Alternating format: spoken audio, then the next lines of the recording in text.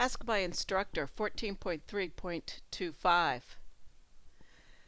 The surface of an island is defined by this function over the region on which the function is non-negative. Find the volume of the island.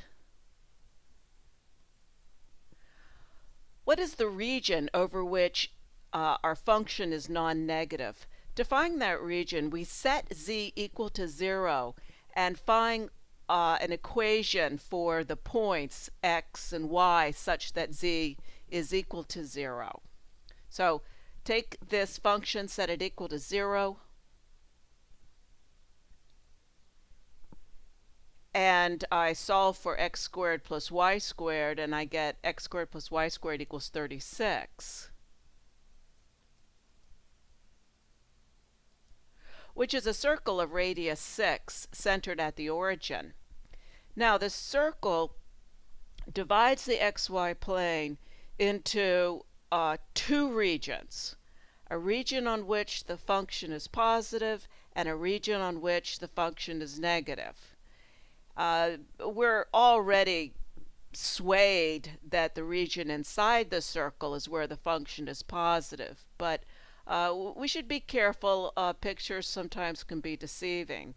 So take any point inside the region, the region inside the circle, take any point and see if the function is positive or negative there. So I choose an easy point, 0, 0, and I evaluate my function at that point and I get a positive number. So as we expect, the point inside the circle gives a positive, and that means that all points inside the circle will give a positive value for the function. So the next thing we want to do is we want to find a polar description, not really of the circle, but of the region enclosed by the circle.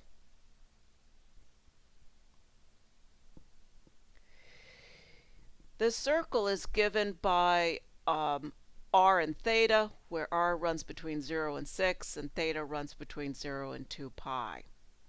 Next, write the function itself in terms of polar coordinates. X squared plus y squared equals r squared, and we've got the function z written in terms of polar coordinates. Next, set up the integral. The easiest mistake to make at this junction is to forget that extra factor of r. So don't forget to add in that extra factor of r. And this is what I get. R is running between 0 and 6. Theta is running between 0 and 2 pi.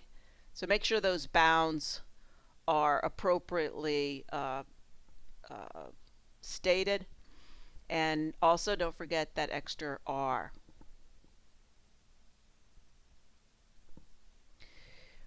We're going to first integrate with respect to r. Let's just think about these two antiderivatives for a minute and then come back to this double integral.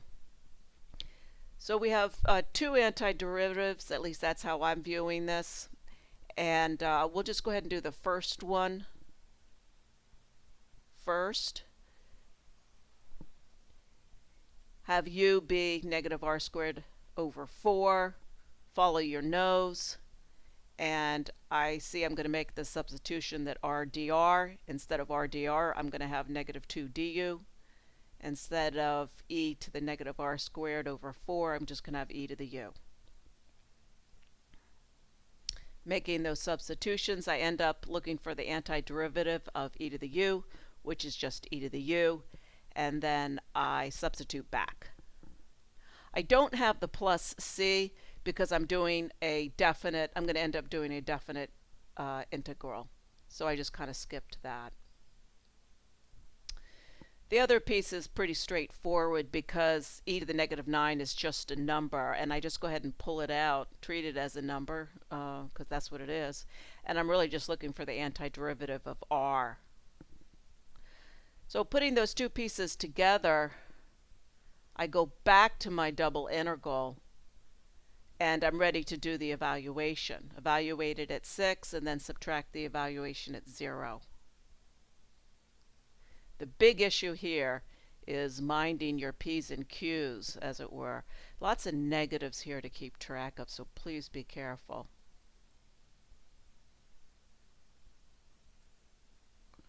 And I get negative 20 e to the negative 9 plus 2. Next, I'm going to integrate with respect to theta. For that antiderivative, I'm just going to get theta because what's inside the bracket there is just a number. So I'm just going to get theta, and then evaluating theta from 0 to 2 pi is just going to be 2 pi. So essentially, what's inside the bracket gets multiplied by 2 pi.